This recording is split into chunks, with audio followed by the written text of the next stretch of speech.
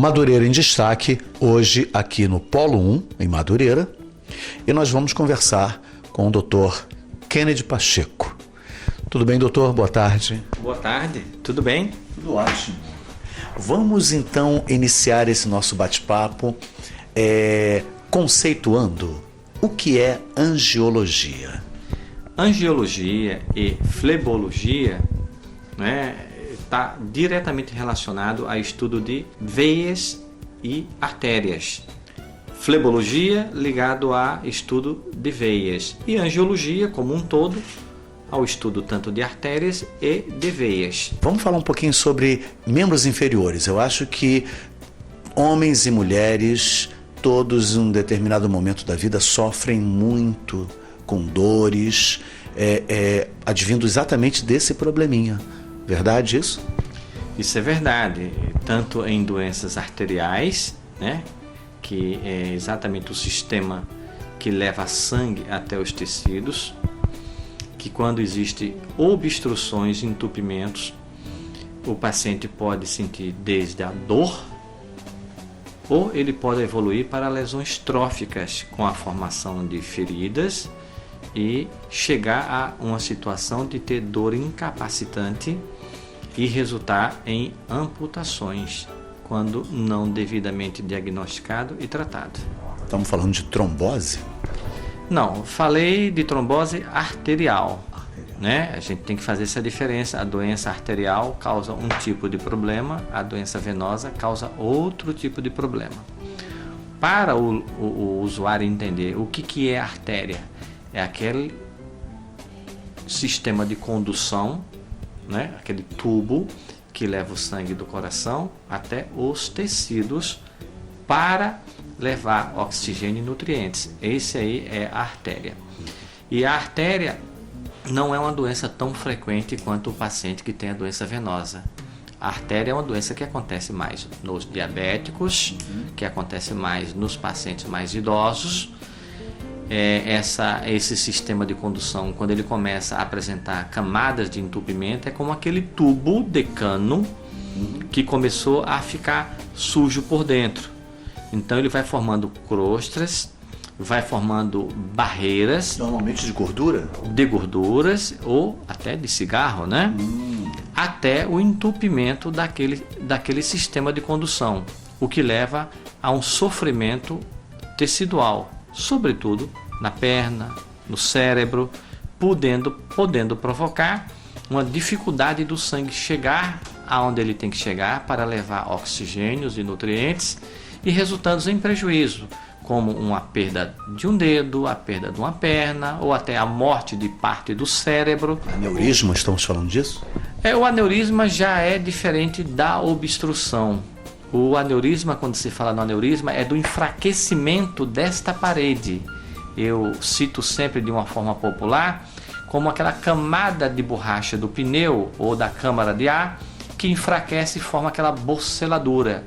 Quando ele forma aquela boceladura, a gente diz que tem um aneurisma na artéria. Esse aneurisma, ele pode provocar uma mudança na direção do fluxo e ficar ali em redemoinho, formando ali desde um trombo, um coágulo, de entupir a artéria, ou pode esse aneurisma romper e, dependendo da localização, matar o paciente. Verdade. Quando esse aneurisma é no cérebro, temos o rompimento do aneurisma cerebral. A maioria das vezes mata o paciente sem antes que ele receba o socorro. E no abdômen também é a mesma coisa.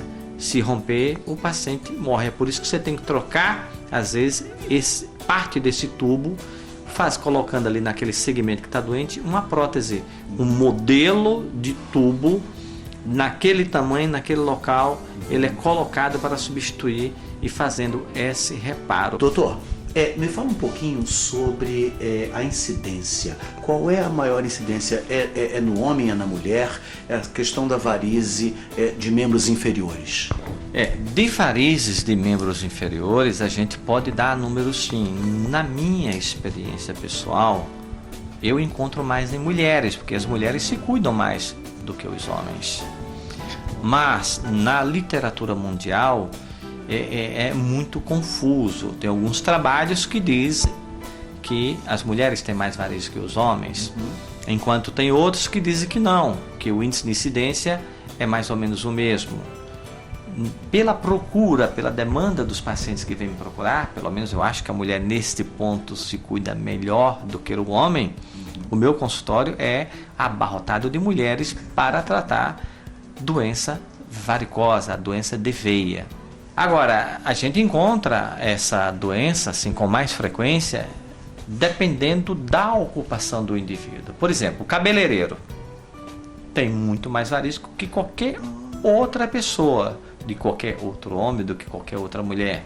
O garçom, que trabalha o dia inteiro, tem muito mais doença do que qualquer outra pessoa. Tá de pé o dia inteiro. Professor? Professor não, ele senta, né? Se ele não senta, ele fica o dia inteiro em pé. E se ele tem traços genéticos, né, para a doença varicosa, ele vai desenvolver. A mesma coisa é o garçom, o barbeiro. Se ele ficar o dia inteiro em pé e ele não tiver traço genético para essa doença, ele não vai desenvolver.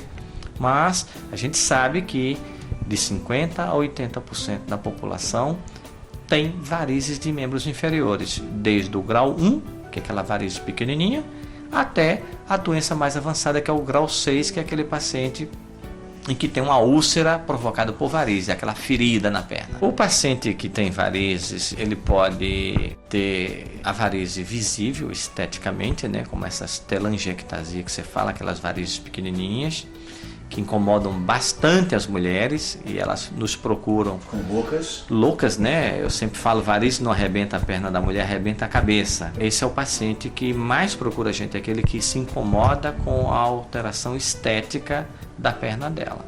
Agora, existe um número considerável de pacientes que vêm com dor incapacitante, sobretudo se ela tem varize nas pernas e se tem varizes também dentro da barriga, que nós vamos falar daqui a pouco. Vamos continuar falando de varizes de membros inferiores.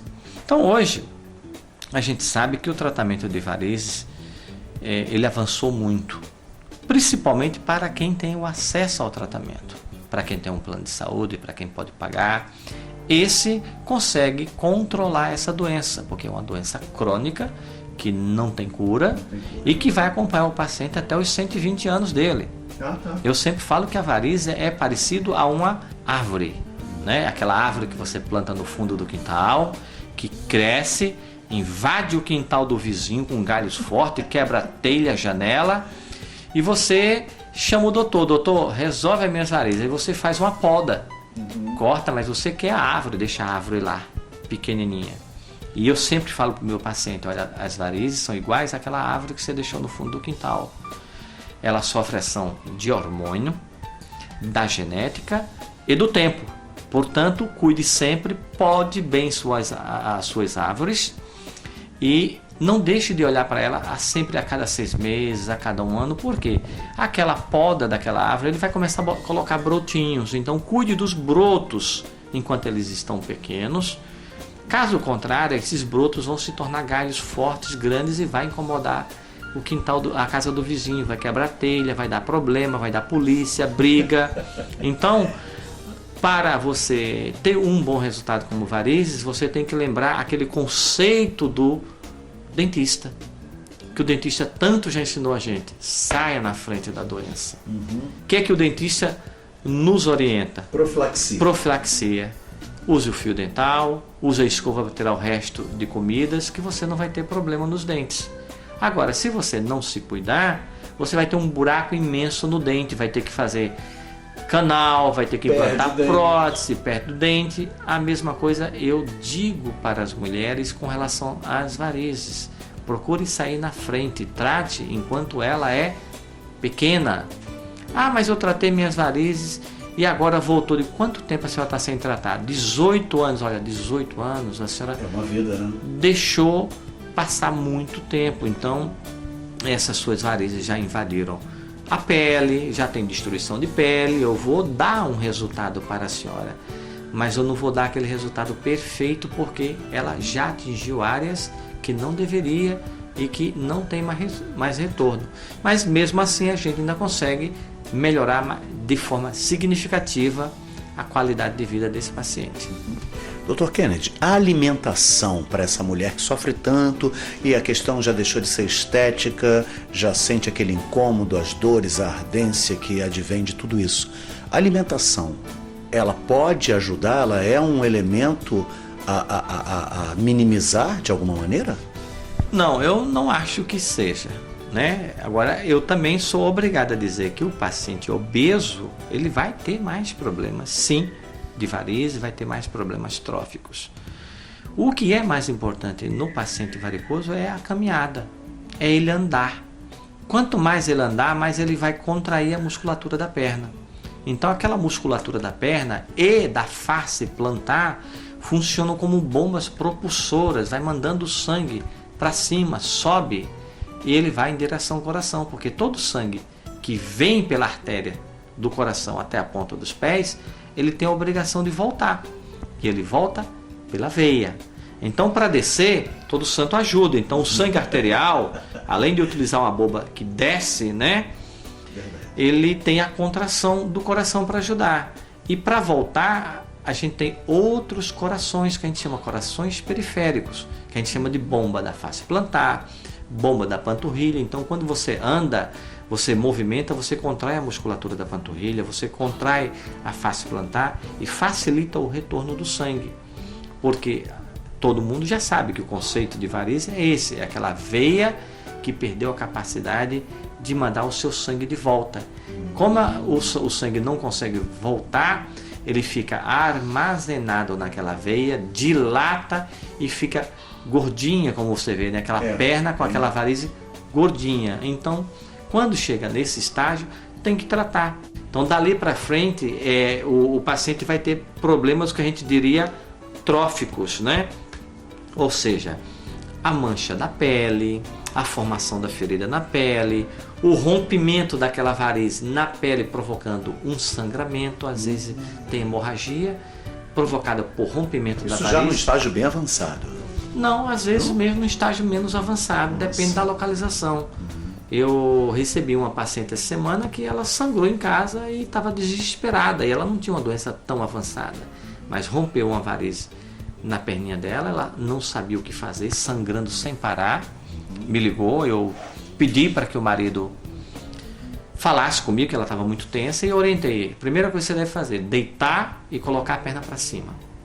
E pegue um algodão ou um pano, comprima o local que está sangrando, segure, mande alguém trazer uma atadura e faça ali um garrote. Feito esse garrote, ele coagula, ou se você não for capaz disso, entre num carro rapidamente e corra para um pronto-socorro para resolver sua situação. Então, quando o paciente chega nesse estágio que eu te falei, da dilatação varicosa, que ele invade a pele, tem esse risco, então o paciente tem que tratar. E hoje, a gente já conta com tratamentos modernos no Brasil, né? O Brasil tem uma corrente de tratamento que é a cirúrgica, resolver com cirurgia, o que às vezes se torna mais caro e mais difícil, né? Porque a cirurgia envolve uma internação de hospital, envolve um anestesista, envolve exames e termina saindo muito caro. Quem tem acesso a isso, com um plano de saúde, resolve a sua situação com a cirurgia. Mas se ele não tem, a doença vai avançando. É o que acontece com a pobreza, com o pessoal que não tem dinheiro. Por falta de dinheiro, a doença vai avançando até chegar nos estágios mais graves, com formação de úlcera, com hemorragia. E atualmente nós contamos aqui com um tratamento europeu, que é muito aplicado, sobretudo na França, desde 1944. E sobre isso a gente vai falar daqui a pouquinho. Vamos fazer um pequeno intervalo. Daqui a pouquinho a gente volta com Madureira em Destaque. Dr. Kennedy Pacheco.